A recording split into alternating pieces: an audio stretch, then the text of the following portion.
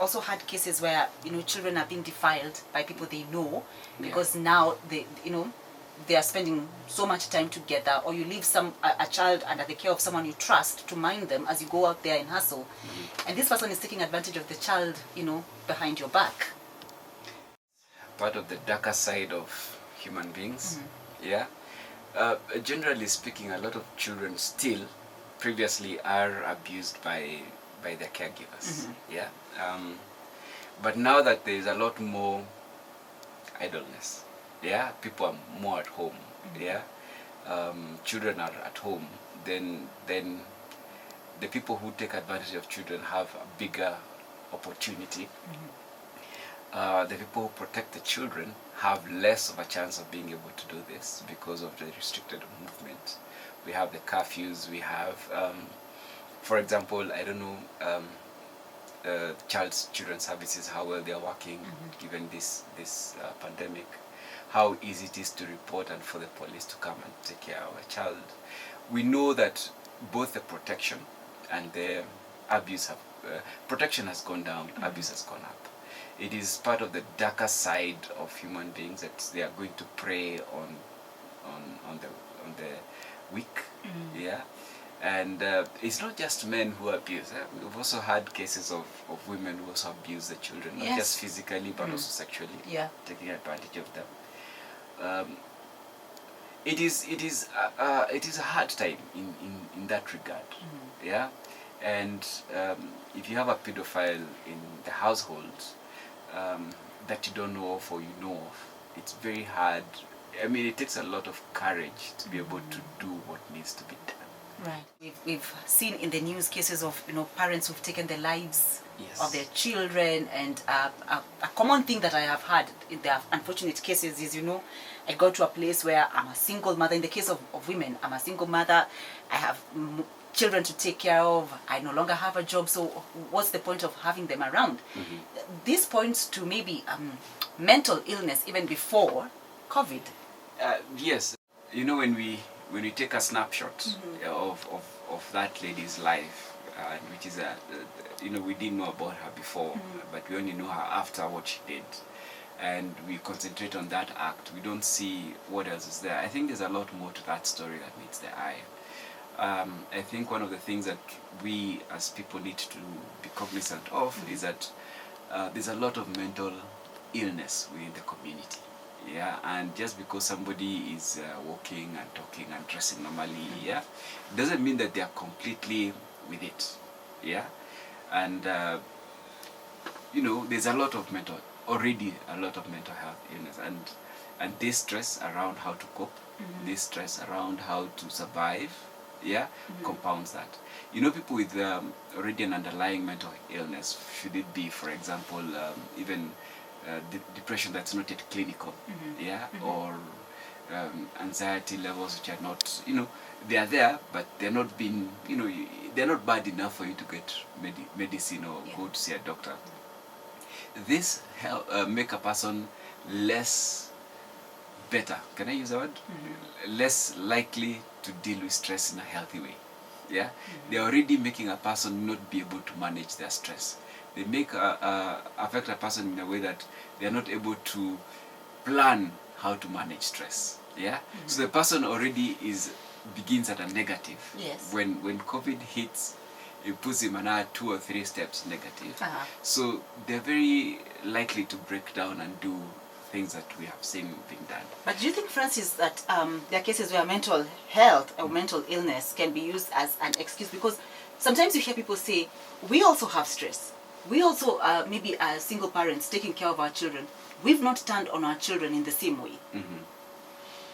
So in other words, we are giving an excuse that this person probably had other, but isn't that all mental health? I mean, if you're to look at mental health being the absence of disease, means that you should be able to cope nicely with life. You should be able to take whatever happens in your stride. You should be able to acclimatize well to change. So if you're not able to handle this, then aren't you already having mental health issues? So the question would be the degree to which that happens. because if I'm really not able to cope, then I probably need to seek help. Cope or even treat mental illnesses. You can only imagine now. True. With this trigger that is COVID-19. Yes. It's unfortunate, but again, it's something across the world, not just in this country. Because remember, WHO is the one who's raising the alarm about domestic violence, because they're seeing it as a pandemic that is slowly catching up with, it's everywhere. Yes. Insurance company contracted by TSC to cover teachers' health says in April alone, 400 teachers sought mental health support across different facilities in the country due to depression. What could be the reason that they are so affected? Because, okay, if I'm thinking if you're a teacher and you're a parent, you're also going through what other parents are going through, right? True. Teachers being human beings have all the things that affect a human being. So here we are talking about a disease. Here we are talking about the possibility of being sick. And then we don't know whether we'll be told to go back and teach, and whether when we go back to teach, we are going to go and get the disease and bring it to our loved ones. We have those teachers who don't stay with their spouses. And then maybe they're put together and their relationship is not that well. So all these factors affect teachers, just that they are going to affect any other person. In fact, when I saw that report, I said, wow, teachers have an outlet. Lucky them. At least they can actually go to a place. They have a service where they can actually go and vent out and talk to people. There are a lot more Kenyans out there, even some who are working, even within our own government, who don't know where to go for counseling, who don't know who to reach out to. And I think my message to a lot of people is that there is help. There are counsellors, there are psychologists, even the doctor can actually be the first step. If a person feels that you're stressed, talk to somebody. We may not have churches, but we have telephone numbers of our priests and pastors. And these guys can also be referral points to access to care. So for anybody who is feeling slightly overwhelmed, not very overwhelmed, but slightly overwhelmed, reach out. There is help. And they need to talk to somebody. Because that's what is going to help them put things together. How do I know that I am becoming, even if it's just slightly overwhelmed? What will point me in the direction that this is overwhelming me? Okay. I think the first thing is when you spend too much time thinking about it. Okay. And if you find yourself thinking about a situation like now COVID, we can sit down and talk about, but over a few minutes. But if it's the one thing that always I am constantly thinking about it, probably I even have dreams about it, then that's bad.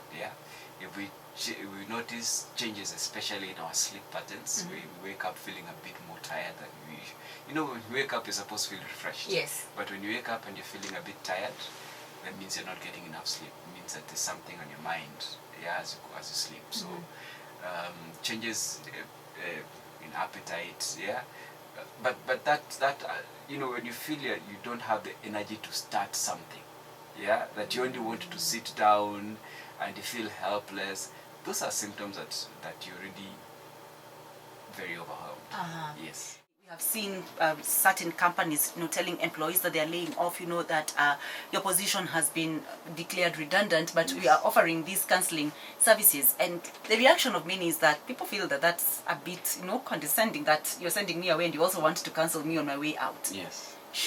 What's your reaction to that, and is it helpful? I know how powerful, how beneficial that counseling can be. I think a lot of us Kenyans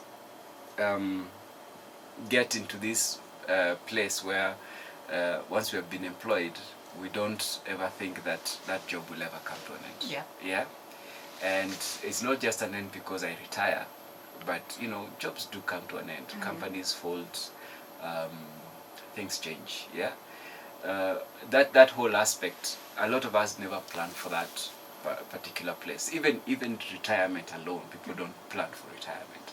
So it's important to be able to talk to somebody who can walk you what are your next steps? How can you think through your next steps? Yeah.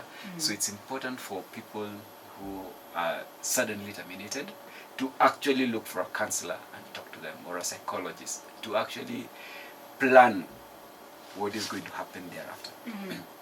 They should empathize with employees, and on the other hand, company owners are saying, like you just said, times are tough, and we've either got to fold up, or people take pay cuts, or Yes. we declare some positions redundant, and then leaving that employment already with that notion that companies all around us are closing down. So where else am I going to get employment? Like, it's just one long dark abyss. It's true.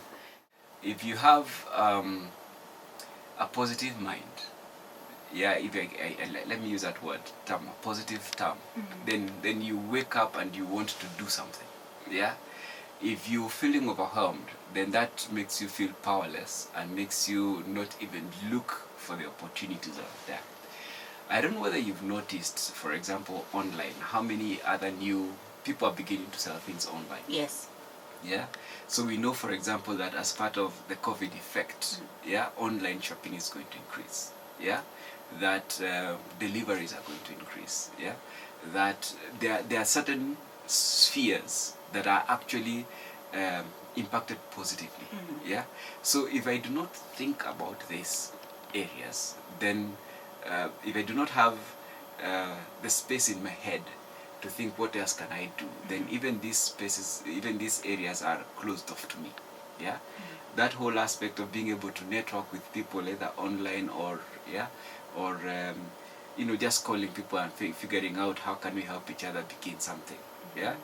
We know, for example, that food production, right now we need food. Yes. So if you have a small piece of shamba and you start growing tomatoes, that can actually be a source of income. I saw somebody who started fish farming in Buruburu.